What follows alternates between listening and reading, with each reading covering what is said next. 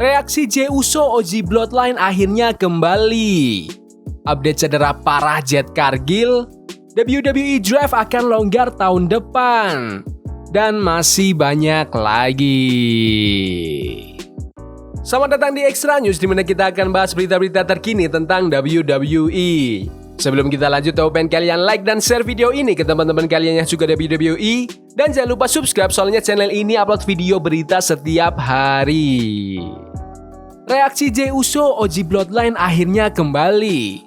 Setelah Bloodline OG kembali bareng Roman Reigns dan Sami Zayn, Jey Uso cerita ke Peter Rosenberg di ComplexCon tentang rasanya reuni ini. Seneng banget bro, seru banget. Kita semua ada di satu ruangan lagi. Bahkan di belakang layar, kerja bareng Roman dan Sami kayak nostalgia deh, kata Jey. Dia juga kasih pujian buat Sami.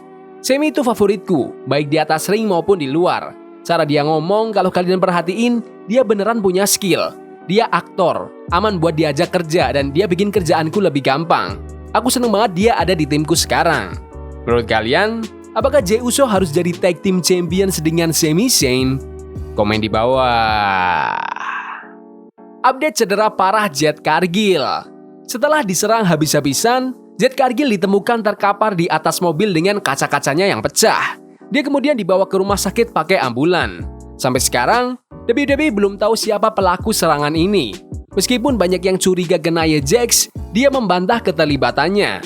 Beberapa jam setelah serangan, WWE merilis pernyataan soal kondisi medis Cargill lewat akun X mereka.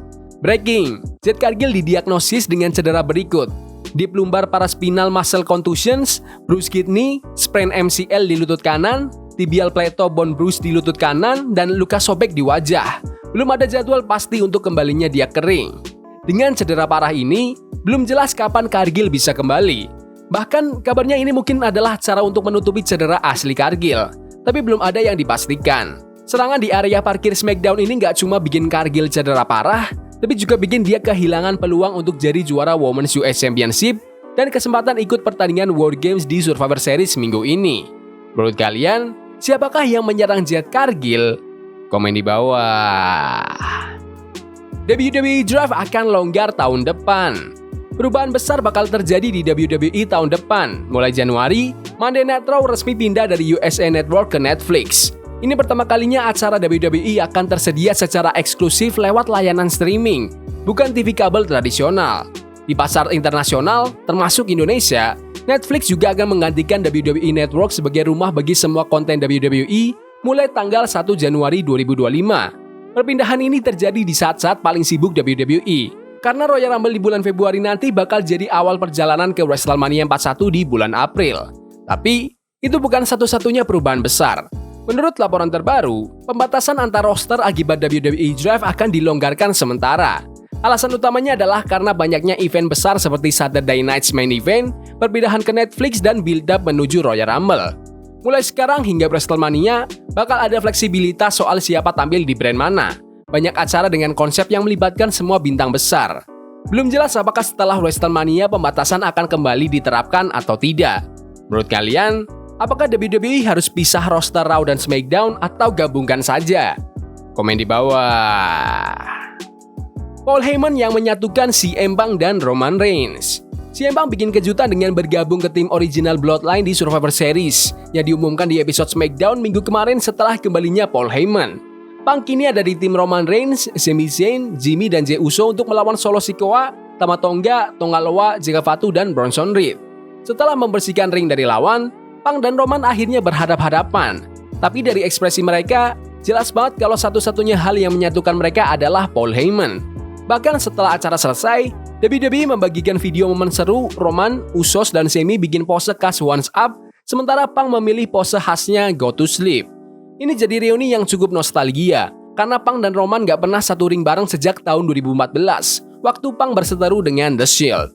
Menurut kalian, apakah kalian ingin melihat Roman Reigns melawan CM Punk? Komen di bawah. Triple H ungkap rahasia cara booking alur cerita yang benar. Di acara Greg and the Morning Buzz, Triple H cerita soal komentar teman-teman wrestlernya setelah WWE selesai tayang. Kalau pas acara lagi tayang sih nggak ada yang ngechat, karena mereka tahu aku nggak bakal bales. Tapi habis acara, baru deh muncul berbagai komentar, kata Triple H. Triple H cerita ada perbedaan pandangan antara generasi lama dan baru. Banyak dari generasi yang lebih tua mikir, anak-anak zaman sekarang cara gulatnya salah. Mereka terlalu banyak gaya, nggak perlu ini, nggak perlu itu. Tapi ya zaman sekarang beda. Cara anak-anak muda nikmatin hiburan juga beda. Jelasnya, dia nambahin kalau hiburan itu harus ngikutin selera audiens zaman sekarang. Kalau WWE cuma ngikutin apa yang aku suka, acaranya bakal mati. Tapi kalau kita kasih apa yang audiens suka, itu yang bikin acara tetap hidup, katanya. Menurut kalian, apakah WWE era sekarang lebih baik dari era 2000-an? Komen di bawah. Update kasus gugatan Cody Rhodes dan WWE. Tim hukum WWE dan Fanatics akhirnya merespon gugatan dari musisi Wesley Eisolt yang mengklaim bahwa WWE bersama dengan Cody Rhodes melanggar hak merek dagang dari nama American Nightmare. Gugatan ini diajukan pada tanggal 4 September di Distrik Pusat California dengan tuntutan ganti rugi sebesar $1 juta. Pada dokumen pengadilan terbaru yang dirilis minggu kemarin, pengacara WWE dan Fanatics mengajukan permohonan agar kasus ini dibatalkan. Dalam gugatan, Eisolt menyebut Cody telah melanggar kesepakatan lama, yang mengizinkan Cody hanya boleh menggunakan merek itu selama ada nama, gambar, atau elemen yang jelas terhubung ke dunia gulat. Elemen-elemen itu harus 75% lebih besar dibanding logo merek itu sendiri. Tapi, Eisolt menuding merchandise di Fanatics Shop milik WWE melanggar aturan itu karena tidak mematuhi kesepakatan. Katanya, ini bikin konsumen bingung membedakan barang dagangan WWE dengan barang dagangan band milik Eisolt yang juga bernama sama. Namun, pihak WWE dan Fanatics bilang kalau semua barang dagangan yang disebut Eisolt sudah sesuai aturan karena pakai logo tengkorak khas Cody yang juga jadi tato di lehernya. Mereka juga bilang, penggunaan merek itu di dunia gulat sudah memenuhi kriteria, indikasi kuat keterkaitan dengan gulat seperti yang disepakati. Lebih jauh, WWE dan Fanatics berdalih bahwa mereka bahkan tidak tahu soal kesepakatan itu sampai gugatan dilayangkan. Jadi, mereka merasa nggak bisa disalahkan atas dugaan pelanggaran kontrak. Pengacara Cody sendiri ikut mendukung permohonan WWE dan Fanatics untuk membatalkan kasus ini. Menurut kalian, apakah Cody harus ganti nama julukannya atau WWE suruh beli nama itu walaupun dengan harga yang nggak masuk akal? Komen di bawah. Rekap NXT Level Up kemarin. Langsung aja ke pertandingan pertama di NXT Level Up kemarin antara Djokovic melawan Harlem Lewis. Harlem Lewis dengan gaya main kerasnya gak gentar melawan Djokovic yang jauh lebih berpengalaman. Meski sempat bikin Kofi terhuyung dengan pukulan keras dan scoop slam yang bikin ring bergetar, Kofi malah jadi makin marah. Kofi akhirnya menutup pertandingan dengan all the best for the bells untuk mengamankan kemenangan. Lanjut ke pertandingan antara Lainey Reid melawan Tyra Maystil. Lainey Reid yang sekarang punya moto menang dengan segala cara, berhasil mencatat kemenangan ketiga berturut-turut meski lawannya, mantan atlet Olimpiade Tyra Maystil, tampil impresif. Tyra hampir aja menang setelah menangkap Reid di udara, tapi Reid curang dengan mencakar mata Tyra dan menang lewat roll up sambil menarik celana lawannya. Setelah pertandingan, Layla Dix datang dan membuat Reid lari kering lagi yang langsung disambut slam keren dari Tyra.